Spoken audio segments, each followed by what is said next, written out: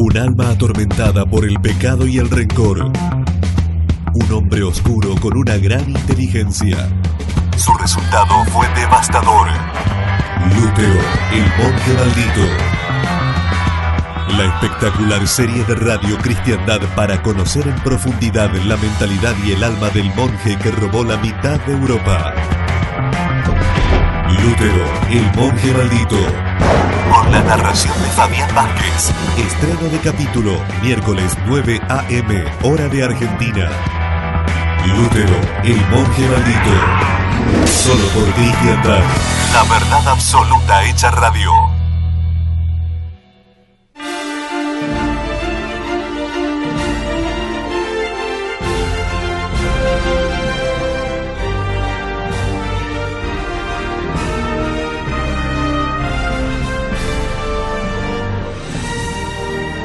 Bienvenidos, queridos amigos de Radio Cristiandad, a un nuevo encuentro con la figura de Martín Lutero, el monje maldito.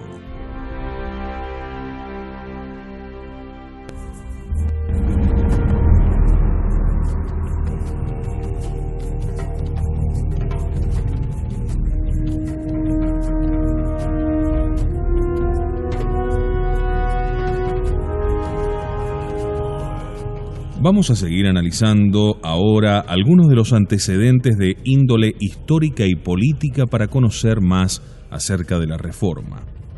Entre estos antecedentes podemos incluir la Guerra de los 100 Años, una lucha entre la dinastía de habla francesa que reinaba en Inglaterra, llamada Plantagenet, apoyada por las clases superiores, también de habla francesa, ya que dichas clases hablaron aún aquel idioma hasta finales del siglo XIV, y la monarquía francesa de los Capeto, por el otro lado, junto a las clases superiores de la misma Francia. Aquel enfrentamiento, la Guerra de los 100 Años, no dejó de producir una ebullición de sentimiento nacional, con el consiguiente desgarro inicial de la idea de cristiandad. Terminó con las campañas de Santa Juana de Arco y sus sucesores, juntamente con el fracaso de todas las pretensiones de los Plantagenet. Entre tanto se produjo un hecho desolador, la terrible plaga llamada la peste negra, que se manifestó en 1347, afectando a toda Europa, de este a oeste, donde murió la cuarta parte de la población adulta, o quizás más. La exaltación incipiente de las nacionalidades tuvo no poco que ver con la idea que a la gente se iba haciendo acerca del Papa. Este había comenzado a ser visto cual si fuera un príncipe italiano, tanto como la cabeza de la Iglesia. El sentimiento nacional y racial sacó ventaja de dicha confusión en movimientos religioso-políticos como el de los husitas de Bohemia, donde se negaba el primado del Papa. Hus es considerado hasta ahora como un héroe nacional en Bohemia.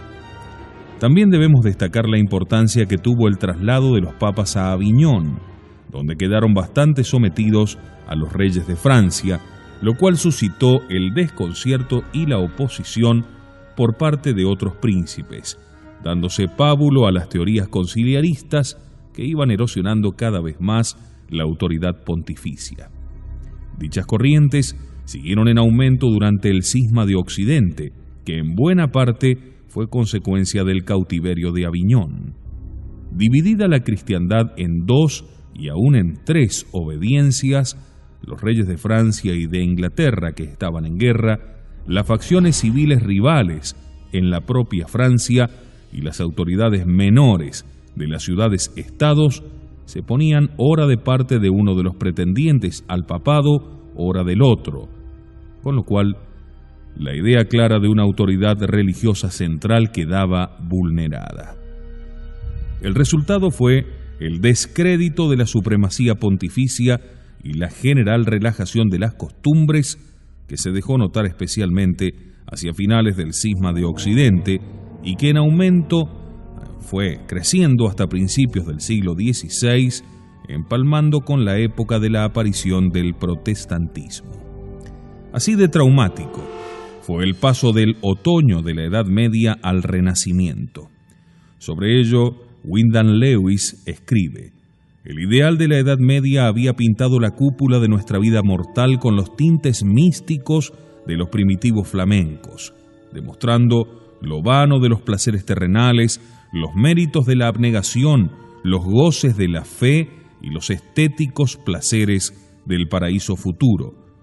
Por encima, borrándolo, el Renacimiento salpicó un gran carnaval, reluciente a la manera de Rubens, una comitiva de la carne, la procesión de los alegres dioses y sus concubinas, acicaladas y engalanadas entre el ruido de los timbales y la estridencia de las flautas, la danza de los amores y de las horas, y todo el báquico proceso en abigarrada confusión de opulentos miembros sonrosados, pezuñas y hojas de parra en jubilosa exuberancia.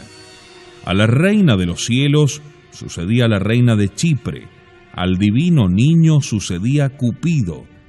El llamamiento medieval a la disciplina pía fue ahogado por el argentino son de trompetas que citaba al alegre goce de la vida, olvidando el mañana. Todos estos acontecimientos y cambios de situación tuvieron no poco que ver con la aparición del protestantismo. Fueron sus prolegómenos. Más directamente contribuyó a la eclosión de la Reforma a la situación política que se vivió en el siglo XVI, especialmente en Alemania. La historia nos muestra a partir del siglo XIII una progresiva decadencia del Sacro Imperio, en razón de lo cual se había ido robusteciendo cada vez más la soberanía local de los príncipes territoriales. La decadencia se hizo notoria durante el largo período del reinado de Federico III, en el que las casas de los príncipes alemanes fueron afirmando su posición a costa de la potestad imperial, al punto de que ya no se quería reconocer al emperador, sino ciertos privilegios honoríficos de remota soberanía. Por lo demás, los príncipes juzgaban tener derecho a extender su señorío a las cosas eclesiásticas y, conforme al estilo de los antiguos emperadores romanos, colocar y destituir obispos e interferir en el gobierno eclesiástico como si tuviesen autoridad en dicho ámbito. El duque Rodolfo IV de Austria, ya en el siglo XIV, se había atrevido a decir: «Yo quiero ser en mi país papa, arzobispo, obispo, archidiácono y deán». Y el duque de Cleveris: «Dux Clivensis es papa in terris sui». El duque de Cleveris es papa en sus tierras. Recordemos lo que fue la querella de las investiduras. Así sucedió sobre todo a partir de la segunda mitad del siglo XV. A ello contribuyó el menoscabo de la autoridad de los papas, al que acabamos de aludir, sobre todo desde el gran cisma de Occidente, así como la debilidad del poder central del imperio. En lo que toca más particularmente a Alemania, cuando todas las principales naciones de la cristiandad, como España, Francia e Inglaterra, se habían constituido ya en monarquías centralizadas, poniendo los reyes bajo su señorío a los señores feudales, aquella nación se mostraba fraccionada en 1000 principados distintos, sin un soberano común, porque en la práctica el emperador no ejercía verdadera autoridad fuera de los territorios hereditarios de su familia. Se llegó a decir que un capitán de soldados en Italia era más respetado que el emperador del Sacro Imperio. Consiguiente a la debilidad política del emperador era la penuria de sus medios económicos. Ello pasó aún durante el gobierno de Carlos V. El mismo Martín Lutero diría: «El César no reina en Alemania como el monarca francés o inglés en sus reinos. Son los electores, esos septimviros iguales al César en poder, aunque no en dignidad». 7 eran los principales electores, que tradicionalmente disponían de la corona a la muerte del emperador y disfrutaban de una casi plena soberanía en su territorio. Los arzobispos de Maguncia, Treveris, Colonia, el rey de Bohemia, el duque de Sajonia, el marqués de Brandeburgo y el conde del Palatinado, 3 eclesiásticos, 4 laicos. En su propio dominio el príncipe tenía un poder omnímodo, al punto de que, como ya lo señalamos, pretendía imponer su autoridad aún en materia religiosa. Tal situación que, según se ve, venía preparándose desde tiempo atrás, haría posible que cuando aconteciese la rebelión de Lutero, varios príncipes se decidiesen a imponer por la fuerza la herejía en sus territorios, aún contra la voluntad del emperador, según aquel axioma cuius regio eius religio. La oposición a Carlos V llevaría a muchos de ellos a abrazar el partido religioso contrario al del emperador. Hablando en general, refería en 1541 el embajador veneciano, todos los príncipes son contrarios a la grandeza del César y por esa razón han prestado favor y apoyo a la herética secta luterana, no porque los mueva celus fidei, el celo de la fe. Bien señala García Villoslada que si Carlos V hubiese sido en Alemania como Francisco I lo era en Francia o Enrique VIII en Inglaterra, si hubiera podido jinetear con pleno señorío sobre el corcel germánico, el luteranismo no hubiese triunfado en Alemania. Habría sido sofocado casi al nacer, porque el edicto de Worms, por el que el emperador proscribió a Lutero del imperio, se hubiese ejecutado puntualmente. No le faltó a Carlos V voluntad, le faltó poder frente a otros príncipes y pequeños estados coligados contra él y favorables al luteranismo. Ni siquiera disponía de un ejército fuerte y bien equipado. Los verdaderos dueños de los países germánicos eran los príncipes y las ciudades. También favorecería la aparición del luteranismo en Alemania la situación de los caballeros, la nobleza inferior pero muy influyente. No dominaban, por cierto, sobre grandes territorios, pero sí en sus castillos, juntamente con los campos colindantes. Su edad de oro había sido el siglo de los Hohenstaufen, cuando defendían la soberanía imperial. A partir del siglo XIV comenzaron a entrar en decadencia. Desde la invención de la pólvora, la caballería cedió mucho a la infantería, debiendo aquellos ponerse al servicio de señores más poderosos. Justamente en ellos pensaría Martín Lutero cuando en 1520 lanzase su manifiesto a la nobleza de la nación alemana. El más impetuoso y virulento de todos sería Ulrico von Hatten, caballero de noble familia, venido a menos, joven vagabundo y aventurero, que se pondría al servicio del reformador alemán. Al tiempo que el estamento de la caballería iba declinando, comenzaron a prosperar las ciudades, con sus industrias y comercios, donde se fue concentrando un nuevo tipo de población, tan diverso de la sociedad feudal y agraria. Algunas ciudades comenzaron a convertirse en pequeños estados autónomos y empezaron a ser representadas en las asambleas deliberantes del imperio. En Augsburgo residía la famosa familia de los Fagger, banqueros de la curia romana y de los Habsburgos. Uno de ellos, Jacobo, rey del comercio europeo, tenía en sus manos buena parte de la producción minera. Es cierto que Lutero nunca simpatizaría con esa gente. Con todo, el estamento de la burguesía apoyaría la revolución religiosa, al menos en un segundo momento, abriéndole las puertas de las ciudades.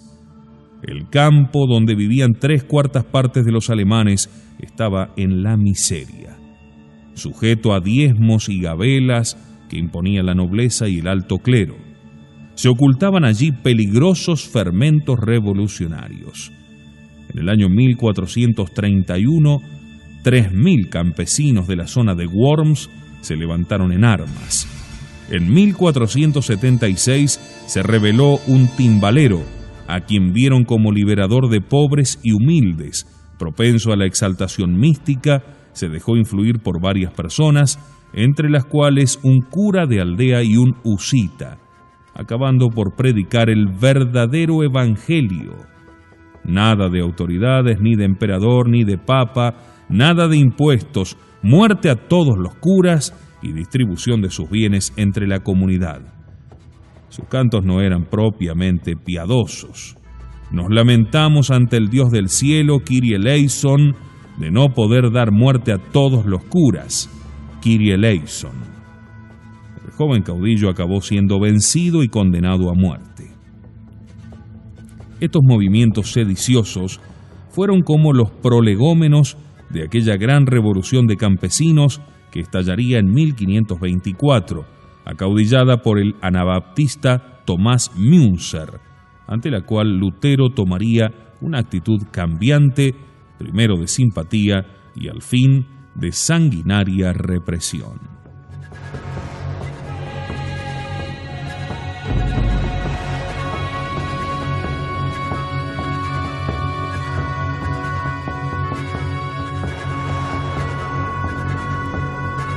Al regresar de la pausa hablaremos acerca de las raíces culturales en lo que se daría como el gran movimiento de la Reforma Protestante con Martín Lutero.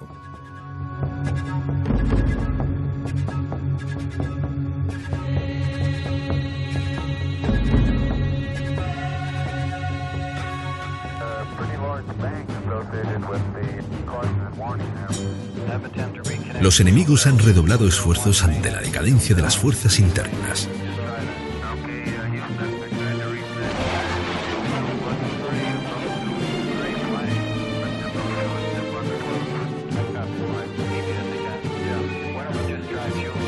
Nom Serviam, el grito satánico los identifica. Aprenda a reconocer los signos y el pensamiento real de las sectas protestantes, masones, New Age, sionismo internacional, liberales y comunistas. Nom Serviam.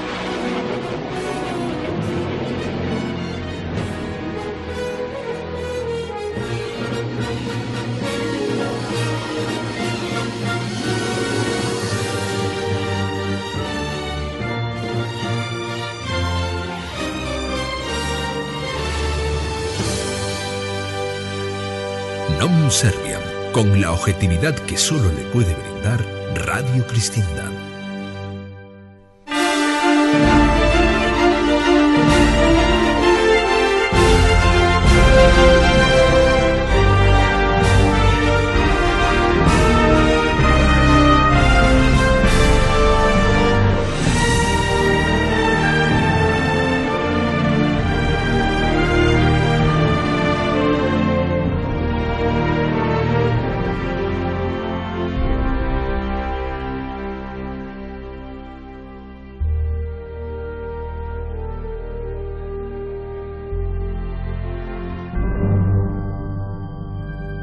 Se suele decir que el humanismo fue una de las causas o factores históricos que prepararon la aparición del luteranismo.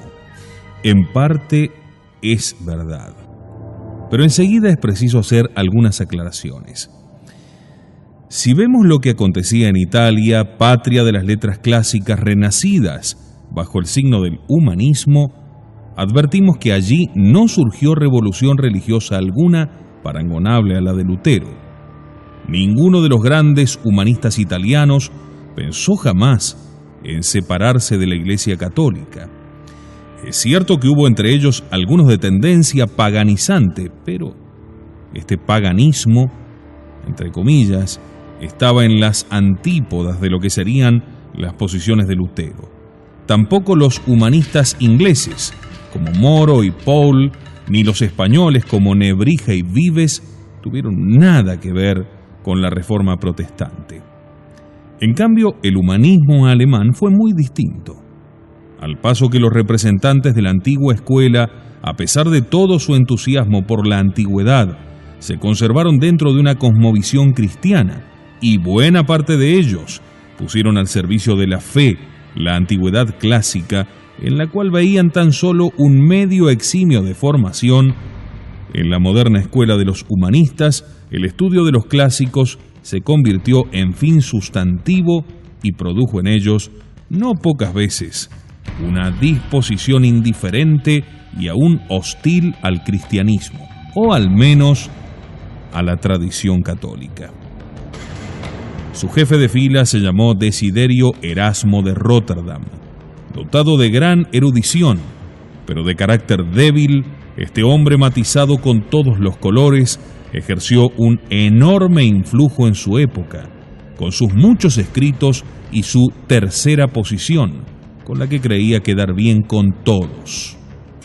Si bien nunca se quiso apartar exteriormente de la Iglesia, se lanzó a combatir no solo a la escolástica decadente, sino a la escolástica en general.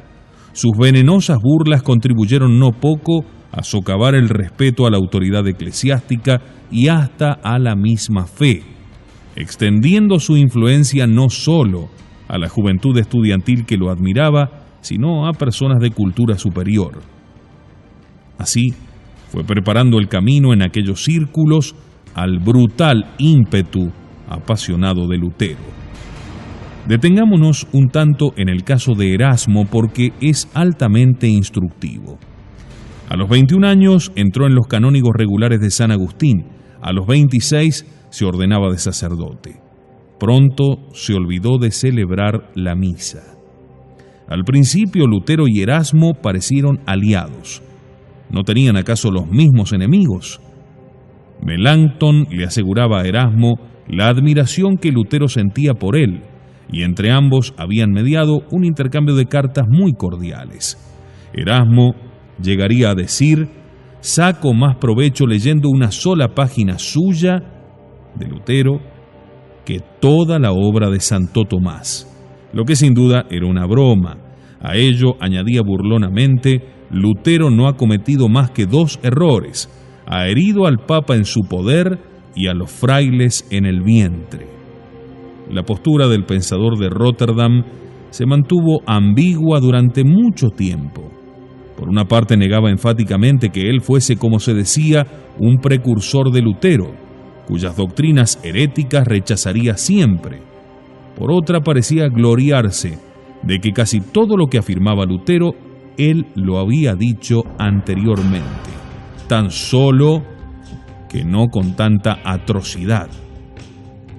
Lo malo de Lutero no era tanto lo que decía, cuanto la forma hiperbólica con la cual se expresaba. Con el tiempo se fueron distanciando. Tan diferentes eran sus personalidades. Erasmo quería por sobre todo que no turbasen su tranquilidad, pero ello no le hubiera bastado a Lutero, para el cual los malabarismos de Erasmo no eran más que vanidades narcisistas. Erasmo miente cuando dice que es mi amigo. Detesto los rodeos y la astucia de ese hombre, diría Lutero. Lo que sin duda hería más a Lutero era el escepticismo de Erasmo.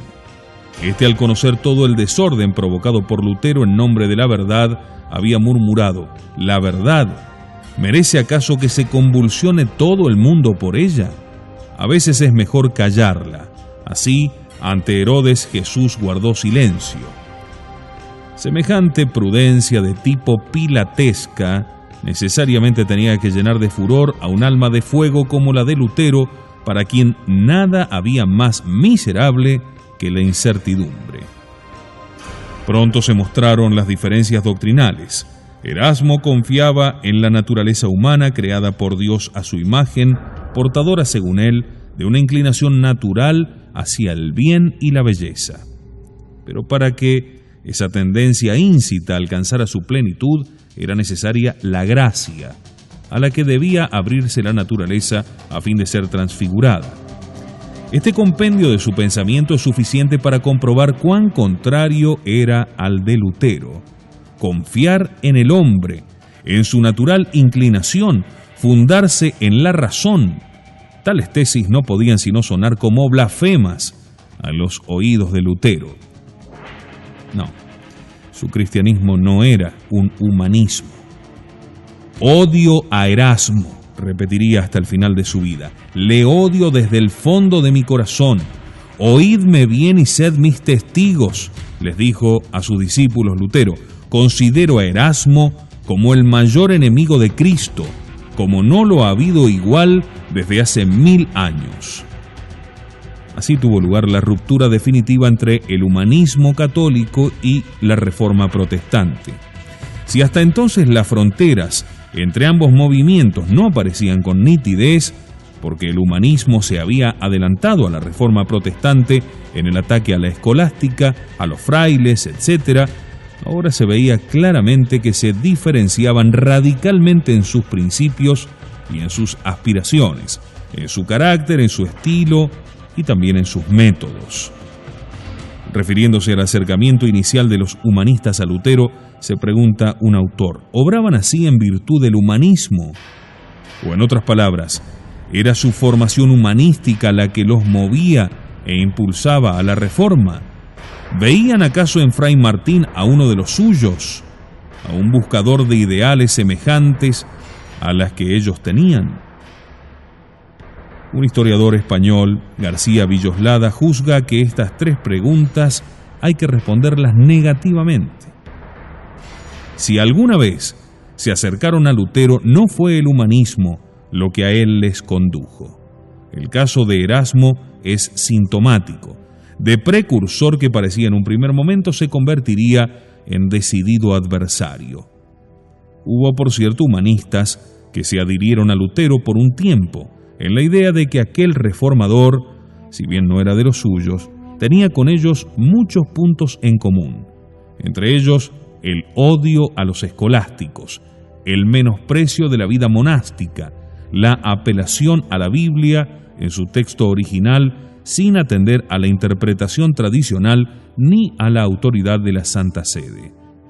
Erasmo, que a la postre no veía en la cosmovisión de Lutero rastros de cultura clásica ni apego alguno a la razón, todo en ello en aras de lo que él entendía era la fe, acabó por asegurar que el humanismo nada tenía que ver con la herejía luterana. Alemania miraba a Roma con recelo. Los papas del siglo XV tuvieron su parte de culpa en esta animadversión entre Alemania y Roma.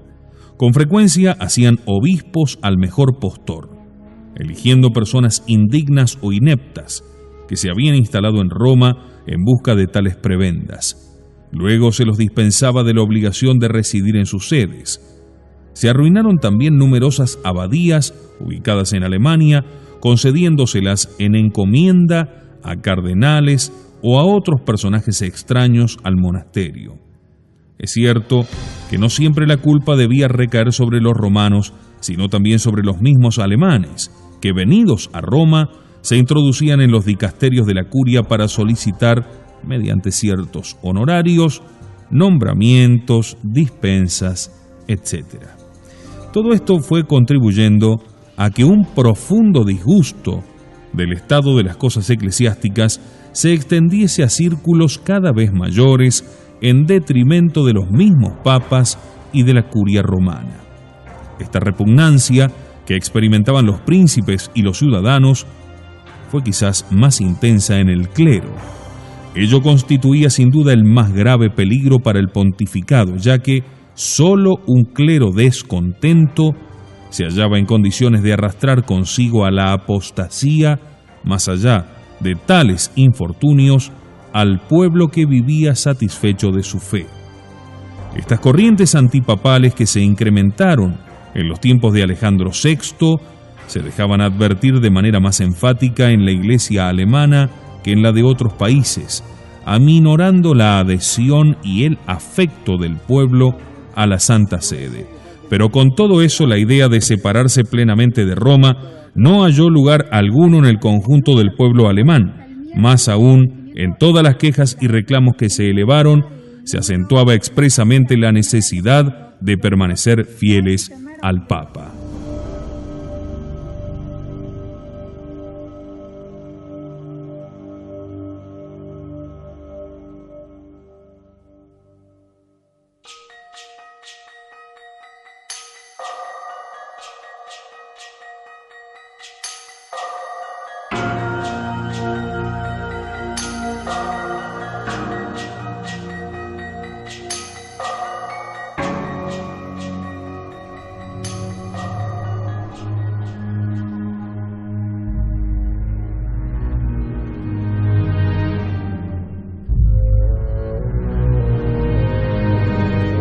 El hecho de que la curia romana se permitiera precisamente en Alemania numerosos e injustificados excesos se explica porque no se le oponía allí, como en Francia e Inglaterra, un poder político dotado de unidad y de fuerza.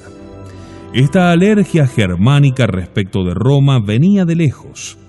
Ya en el siglo XIII, un poeta llamado Walter von Vogelheid reprochaba nada menos que a Inocencio III la expoliación del imperio y ponía arteramente en los labios del Papa palabras tan falsas como estas: el dinero alemán entra en mis arcas, vosotros sacerdotes comed pollo y bebed vino y dejad el ayuno para los alemanes. Casi lo mismo decía en igual siglo otro poeta llamado Fridark: ya Roma no desea las redes con que Pedro recogía peces. Hoy, con las redes romanas, se pesca oro, plata, ciudades, países, tesoros. El centralismo y el fiscalismo de la curia pontificia, con sus censos, tasas y tributos, envenenaron el corazón de muchos políticos y eclesiásticos, o por lo menos les ofrecieron un fácil pretexto y ocasión para presuntas reivindicaciones. La historia conoce un nombre: Gravamina Nationis Germanicae. La palabra gravamina se traduce en alemán Beschwerden, en español agravios. No eran exclusivos de Alemania, aunque allí se hizo clásico el nombre peyorativo de gravamen, acentuándose la protesta en los años que precedieron a Lutero.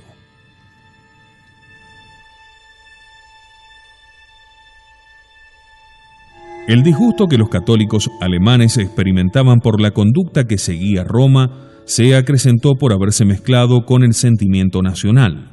En muchas esferas se había ido extendiendo un acerbo rencor contra los italianos en general, a los que se acusaba de tener en poco al pueblo alemán y no pensar sino en explotarlo.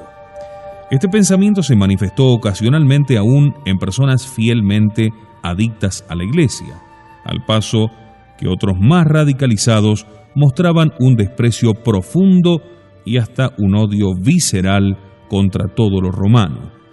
Parece indudable que el nacionalismo germánico de larga data, imbuido en pasión antirromana, tuvo una parte considerable en la gestación de la rebelión protestante. El nacionalismo de por sí no tiene nada de malo, bien entendido, es parte de la virtud del patriotismo. Pero hay un nacionalismo depravado que se da cuando se nutre de odio hacia las demás naciones.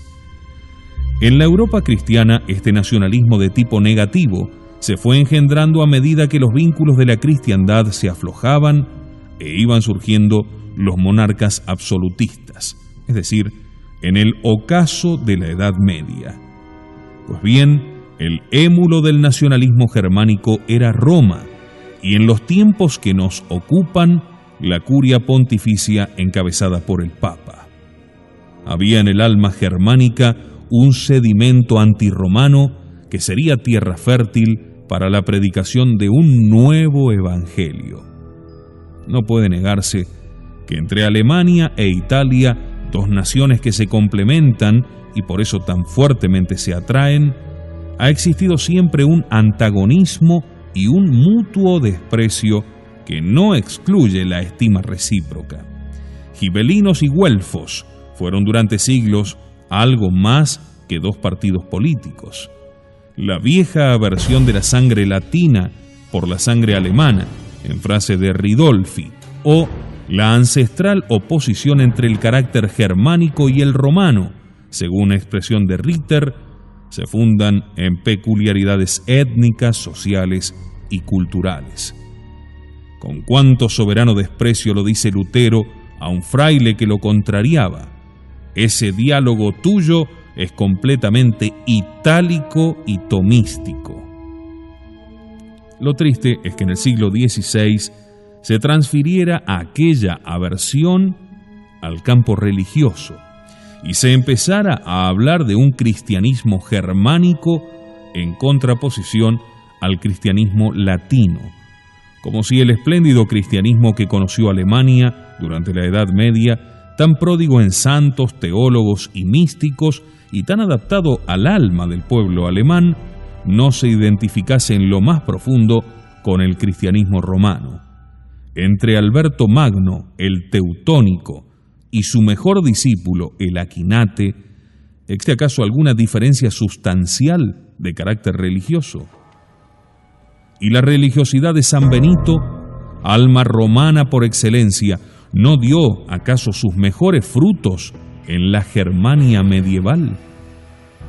El romanismo llegó a compenetrarse felizmente con el germanismo, engendrando la gloriosa cultura y civilización romano-germánica, y en respaldo de ellas el Sacro Imperio Romano-Germánico.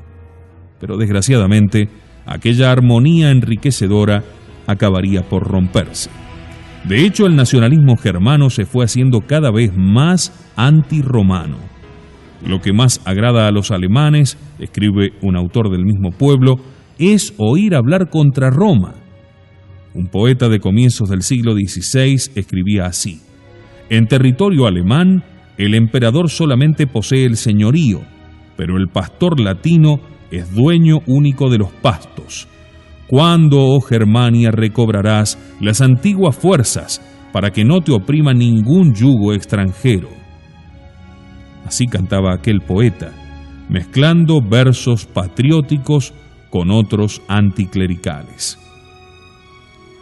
Hemos ya mencionado a Ulrico von Hatten, aquel caudillo alemán, cultor del humanismo, que adheriría a la Reforma protestante con todos los bríos de su alma llena de virulencia germánica.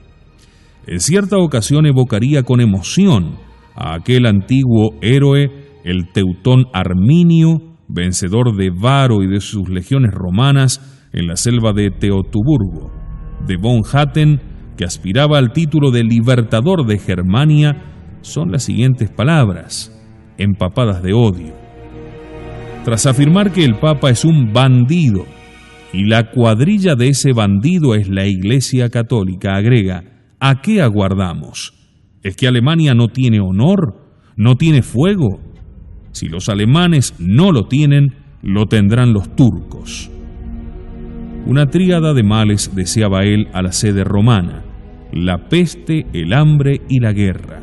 Decía Ulrico: Roma es la madre de toda impureza, lodazal de infamia, inagotable ciénaga del mal, para cuya destrucción hay que acudir a todas partes, como cuando se trata de una calamidad pública. Hay que desplegar todas las velas, hay que ensillar todos los caballos, hay que atacar a fuego y a hierro.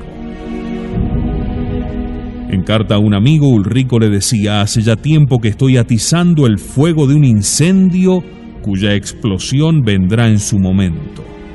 En su opinión, había que atacar a los romanos con mayor odio que a los turcos.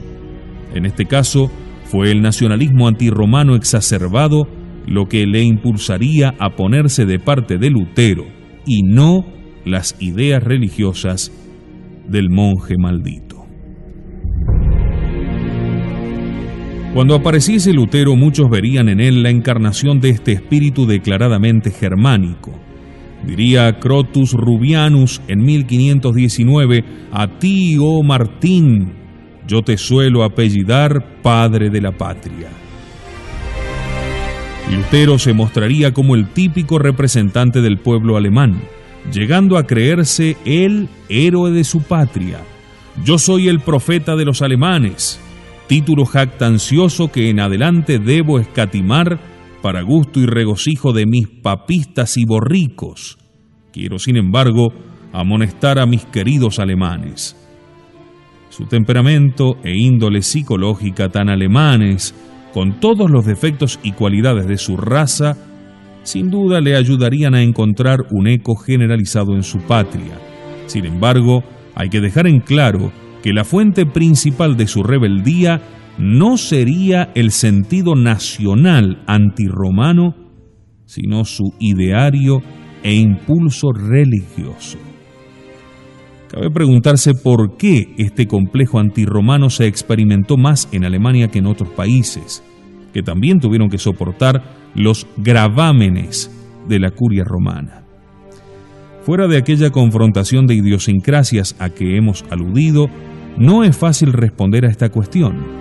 Por ejemplo, en España no se percibe una inquina semejante, según se refleja en aquellas palabras del gran teólogo Melchor Cano, quien al ser consultado por Felipe II sobre la conveniencia o no de tomar represalias políticas y militares contra Paulo IV, respondería que aunque era lícito declararle la guerra como enemigo político de España, siempre resulta peligroso hostilizar al Papa, pues la aversión a Roma fácilmente se convierte en aversión al pontificado, como aconteció en Alemania, y prosigue.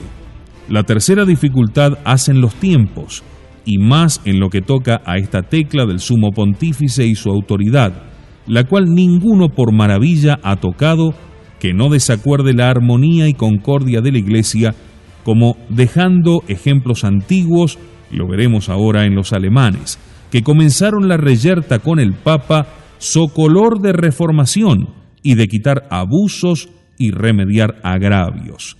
Y aunque no en todos, no se puede dejar de decir y confesar que en muchos de ellos pedían razón y en algunos justicia. Y como los romanos no respondieron bien a una petición, al parecer suyo tan justificada, queriendo los alemanes poner el remedio de su mano y hacerse médicos de Roma, sin sanar a Roma, hicieron enfermar a Alemania. Su perdición comenzó de descatarse contra el Papa, aunque ellos no pensaban que era desacato, sino remedio de desafueros, en el cual ejemplo, si somos temerosos de Dios y aún medianamente prudentes, deberíamos escarmentar y temer que Dios nos desampare. Ni tampoco es bien que los que han hecho motines y hoy día los hacen en la Iglesia se favorezcan con nuestro ejemplo y digan que nos concertamos con ellos y que nuestra causa y la suya es la misma por ser ambas contra el Papa. Ellos dicen mal del Papa por colorar su herejía. Nosotros lo diremos por justificar nuestra guerra. Con los herejes no hemos de convenir en hechos, ni en dichos, ni en apariencias. Y eso salvó a España.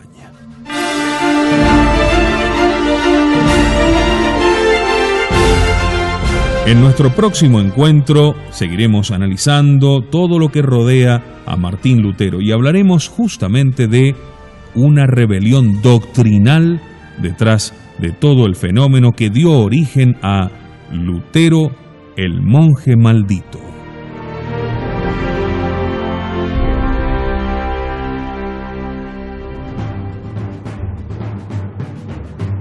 Los enemigos han redoblado esfuerzos ante la decadencia de las fuerzas internas. Non serviam. El grito satánico los identifica. Aprenda a reconocer los signos y el pensamiento real de las sectas protestantes, masones, New Age, sionismo internacional, liberales y comunistas. Non serviam. Un tema que solo nos animamos a hablar aquí, en Radio Cristiandad, con la seguridad que solo otorga estar en la verdad. Un alma atormentada por el pecado y el rencor. Un hombre oscuro con una gran inteligencia. Su resultado fue devastador. Lutero, el monje maldito. La espectacular serie de Radio Cristiandad para conocer en profundidad la mentalidad y el alma del monje que robó la mitad de Europa. Lutero, el monje maldito. Con la narración de Fabián Vázquez. Estreno de capítulo, miércoles 9 a.m., hora de Argentina. Lutero, el monje maldito. Solo por Cristiandad. La verdad absoluta hecha radio.